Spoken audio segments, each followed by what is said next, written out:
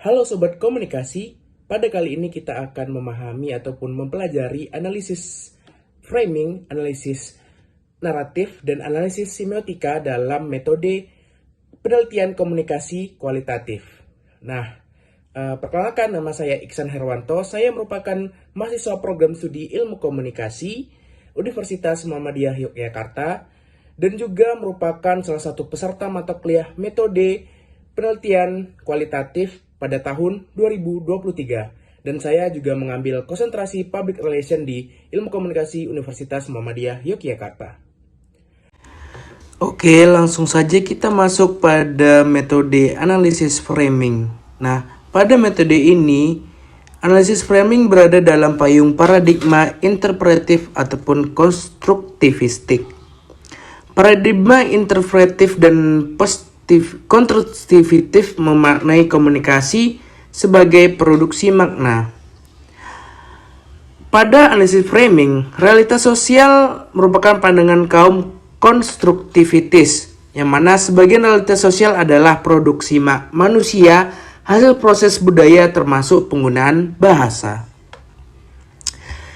Kemudian, analisis framing merupakan sebuah wacana media, baik itu seperti dari berita surat kabar, radio, majalah, dan televisi, dan merupakan konstruksi budaya kultural. Pada analisis framing, menggunakan data utamanya adalah berbentuk teks, yang mana pada kali ini teks merupakan salah satu metode penelitian komunikasi kualitatif.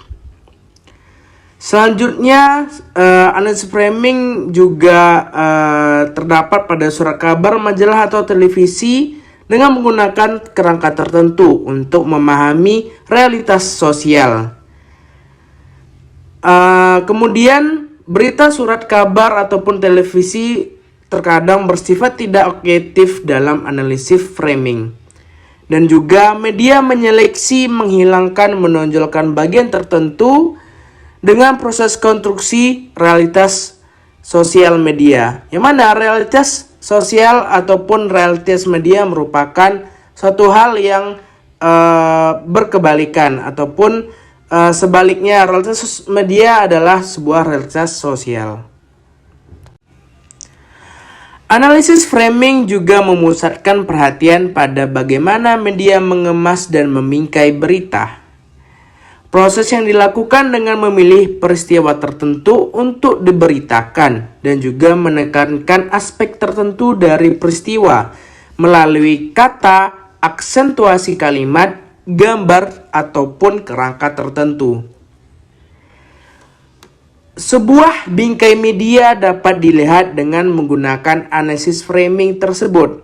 Nah, analisis framing juga digunakan untuk melihat siapa mengendalikan siapa dalam sebuah struktur kekuasaan, pihak mana yang dirugikan ataupun diuntungkan, tindakan politik mana yang dianggap konstitusional dan inkonstitusional, dan kebijakan mana yang harus didukung ataupun tidak didukung. Analisis framing seringkali berisikan berita-berita sosial ataupun berita politik. Kemudian, analisis framing juga mengalami proses seleksi dari berbagai aspek realitas, yang mana dari berbagai aspek realitas ini merupakan salah satu framing media, sehingga bagian tertentu dari peristiwa itu lebih menonjol dibandingkan aspek lain. Ia juga menyertakan penempatan informasi-informasi dalam konteks yang khas, sehingga sisi tertentu mendapatkan alokasi lebih besar daripada sisi yang lainnya. Analisis framing merupakan bagaimana cara bercerita ataupun ide-ide yang terorganisir sedemikian rupa dan menghadirkan konstruksi mana peristiwa-peristiwa yang berkaitan dengan objek suatu wacana. Cara bercerita itu terbentuk dalam suatu kemasan ataupun sebuah frame media. Nah, salah satu contoh dari framing media adalah mengenai tentang kebijakan pemerintah ataupun kebijakan perpanjangan izin perkebunan sawit. Kemudian selanjutnya, faktor-faktor yang mempengaruhi pemberitaan dari frame media. Nah, yang pertama yaitu faktor ideologi, yang mana faktor-faktor yang dimiliki oleh media tersebut ataupun faktor-faktor yang membuat berita tersebut. Kemudian kepemilikan media, yang mana hegemoni media di sini sangat berperan dalam mempengaruhi berita-berita yang akan dimuat di berbagai surat kabar, televisi, dan lainnya. Kemudian rutinitas organisasi dari sebuah perusahaan ataupun organisasi sehingga bisa mempengaruhi frame media yang akan dimuat oleh media tersebut. Selanjutnya adalah faktor ekonomi, yang mana seperti iklan dan sebagainya itu merupakan salah satu faktor yang mempengaruhi berita dari perusahaan ataupun organisasi tertentu. Kemudian juga faktor personal ataupun wartawan itu sendiri, yang mana tentunya ketika personal ataupun wartawan itu memiliki relasi ataupun sebuah kedekatan, maka media akan juga berfokus terhadap suatu personal ataupun relasi yang dimilikinya. Selanjutnya, analisis naratif memiliki beberapa manfaat, yaitu manfaat membantu memahami bagaimana pengetahuan, makna, dan nilai diproduksi dan disebarkan dalam masyarakat. Memahami bagaimana dunia sosial dan politik diceritakan dalam pandangan tertentu yang dapat membantu kita mengetahui kekuatan dan nilai sosial yang dominan dalam masyarakat. Kemudian memungkinkan menyelidiki hal-hal tersembunyi dan laten dari suatu teks media. Selanjutnya, analisis naratif merefleksikan kontinuitas dan perubahan komunikasi. Kemudian analisis naratif ini juga biasa digunakan dalam analisis film ataupun analisis novel.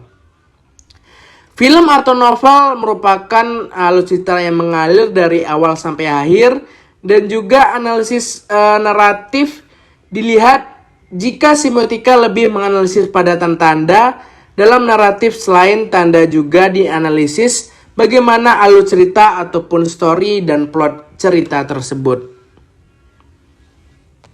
Oke, setelah kita mempelajari analisis framing, selanjutnya kita akan mempelajari analisis naratif. Nah, pada analisis naratif juga berada dalam payung paradigma interpretatif ataupun konstruktivistik.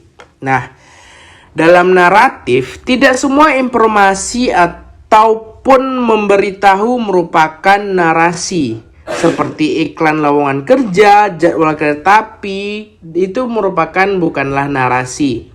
Selanjutnya, analisis naratif merupakan sebuah teks dikatakan apabila terdapat beberapa peristiwa ataupun rangkaian dari peristiwa-peristiwa. Selanjutnya, analisis naratif merupakan representasi dari satu atau lebih peristiwa nyata atau fiktif yang dikomunikasikan oleh satu, dua, atau beberapa narator. Nah, analisis naratif juga merupakan analisis mengenai narasi baik fiksi ataupun non-fiksi. Analisis naratif juga merupakan penempatan teks sebagai sebuah cerita ataupun narasi sesuai dengan karakteristik di atas. Selanjutnya, analisis naratif juga dilihat sebagai serangkaian peristiwa, yang mana peristiwa tersebut berbentuk teks dan juga dilihat dari logika dan urutan peristiwa, bagian dari peristiwa yang dipilih ataupun dihilangkan dari teks tersebut.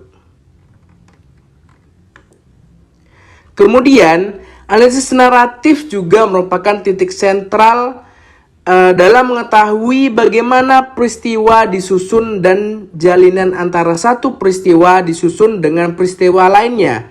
Nah, seperti mengapa peristiwa satu ditampilkan di awal, mengapa yang lain di akhir, mengapa peristiwa-peristiwa tertentu dijalankan dengan peristiwa yang lainnya. Selanjutnya, dalam analisis naratif adalah narasi subjektif vs narasi objektif. Yang mana narasi subjektif adalah narasi yang menempatkan khalayak agar terlibat. Dan juga narasi objektif menempatkan khalayak sebagai orang yang mengamati sebuah kisah tertentu.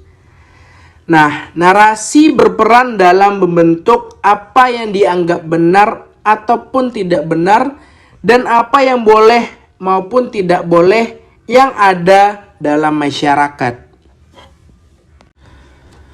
Oke, setelah mempelajari analisis framing, analisis naratif, selanjutnya kita beranjak pada analisis semiotika. Analisis semiotika merupakan analisis yang berisikan pengkajian tanda-tanda atau the study of science, yang mana analisis semiotika merupakan sistem yang memandang entitas-entitas tertentu ataupun etnis-etnis tertentu sebagai tanda-tanda atau sebagai suatu yang bermakna.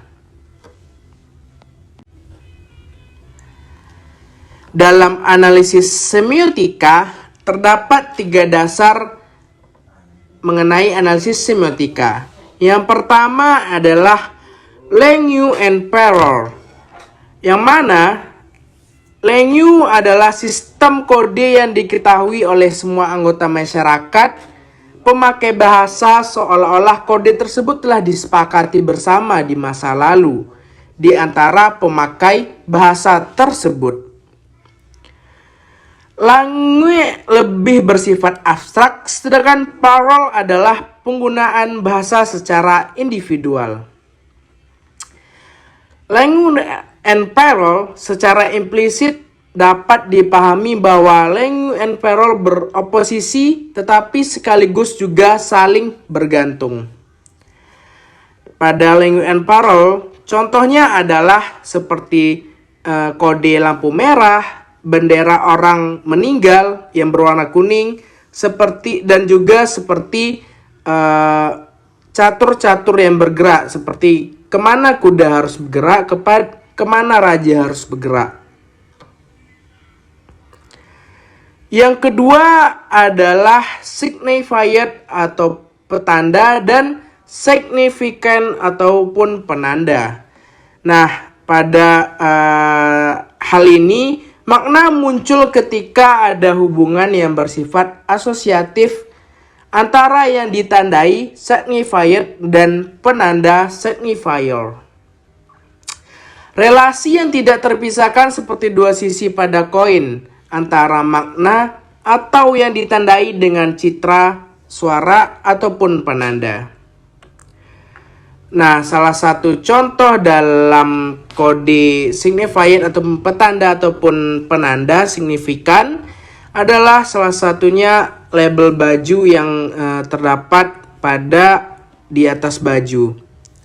Selanjutnya adalah sinkronik dan diakronik, yang mana merupakan sinkronitas melihat bahwa bahasa dapat dipelajari dari waktu ke waktu atau pada waktu tertentu. Dan diakronistis berkaitan dengan kajian bahasa pada kurun waktu tertentu. Oke, Sobat Komunikasi, menarik bukan pembahasan yang kita bahas mengenai analisis framing, analisis naratif, dan analisis semiotika dalam konteks metode penelitian komunikasi kualitatif pada video kali ini. Semoga apa yang sudah dapat kita pelajari tadi mengenai analisis framing, analisis naratif, dan semiotika dapat bermanfaat dan juga bisa diterapkan dalam implementasi riset-riset yang akan kita lakukan ke depannya.